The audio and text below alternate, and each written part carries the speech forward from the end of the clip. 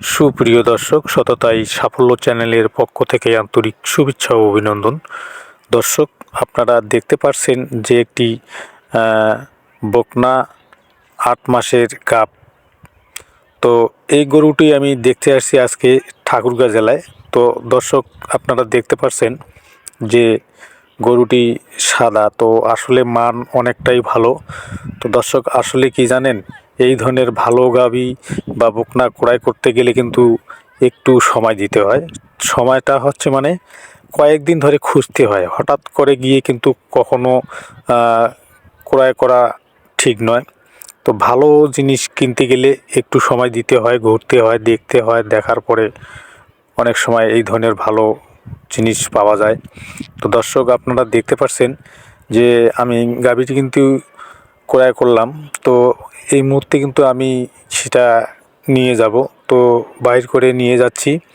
তো তাই আপনাদের সামনে একটু তুলে ধরতেছি যে অবশ্যই আপনারাও একটু শেয়ার করে জানাবেন, কমেন্ট করে জানাবেন যে গাভীটি কীরকম হতে পারে বা কীরকম দেখতে। গাভীটি ক্রয় করতে ঠকলাম নাকি অবশ্যই একটু জানাবেন। তো দর্শক, আসলে যদি কখনো আপনারা এই ধরনের ভালো গাভী ক্রয় করতে চান, তো আমার এই যে নাম্বার রয়েছে এই নাম্বারে যোগাযোগ করবেন। তো অবশ্যই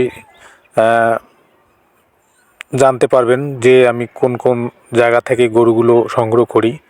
তো দর্শক, আসলে আমার খামার থেকে যে আপনাদেরকে নিতে হবে সেই কথা বলতেছি না। তো দর্শক, আপনারা যদি কখনো এই ধরনের ভালো গরু ক্রয় করতে চান, তো অবশ্যই আমার সঙ্গে যোগাযোগ করতে পারেন, বা ঠাকুরগাঁ জেলায় যদি কোনো লোক মিডিয়া থাকে তা সেখান থেকেও যোগাযোগ করে নিতে পারেন। তো অনেক সময় কিন্তু ওই সাইটে এই ধরনের ভালো ভালো মানের গরু পাওয়া যায়। তো দর্শক, আসলে কি আর বলবো, দর্শক দেখতে পাচ্ছেন যে আমার এই খামার। তো গাড়ি থেকে নামার সময় কিন্তু সেই ভিডিওটা করতে পারিনি, গাড়ি তোলার সময় শুধু ভিডিওটা করছিলাম। আর এখন দেখতে পাচ্ছেন দর্শক, অবশ্যই তো আমার খামারের চিন রয়েছে। আজ যে আমার খামারে দেখতে পাচ্ছেন যে আমার আগের যে গরুগুলো এই ভিডিওর মাধ্যমে আপনাদেরকে দেখাচ্ছিলাম, বা এই গরুটা বকনা, এটা আমি কয়েকদিন আগে নিয়ে আসছিলাম, সেটাও ভিডিও দিয়েছিলাম। দর্শক, আপনারা যে যেখান থেকে দেখতেছেন আমার এই ভিডিওটি অবশ্যই লাইক, কমেন্ট এবং শেয়ার করে জানাবেন। তো দর্শক, আসলে যদি কখনো ভালো গাভী বকনা কেনার ইচ্ছুক থাকে তাহলে আমার সাথে যোগাযোগ করতে পারেন। ডিসক্রিপশনে আমি নাম্বার দিয়ে রাখবো, তো এই নাম্বারে যোগাযোগ করলে সন্ধান পাবেন। তো আমি বলতেছি নীলফামারী জেলা থেকে। তো দর্শক, আসলে এগুলো হচ্ছে আমার আগের।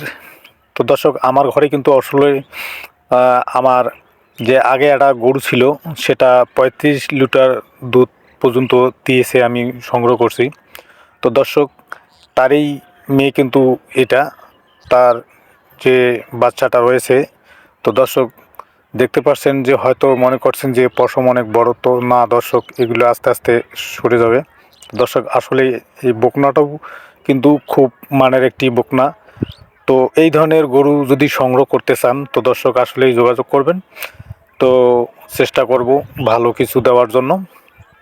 তো দর্শক বন্ধু, আপনারা যেখান থেকে সংগ্রহ করেন না কেন কোনো সমস্যা নেই, শুধু 4 থেকে 5 অথবা 6টি জিনিস যদি আপনারা লক্ষ্য করতে পারেন বা বুঝতে পারেন, তো ভালো গরু চেনার কিন্তু এই 5-6টি লক্ষণ থাকে।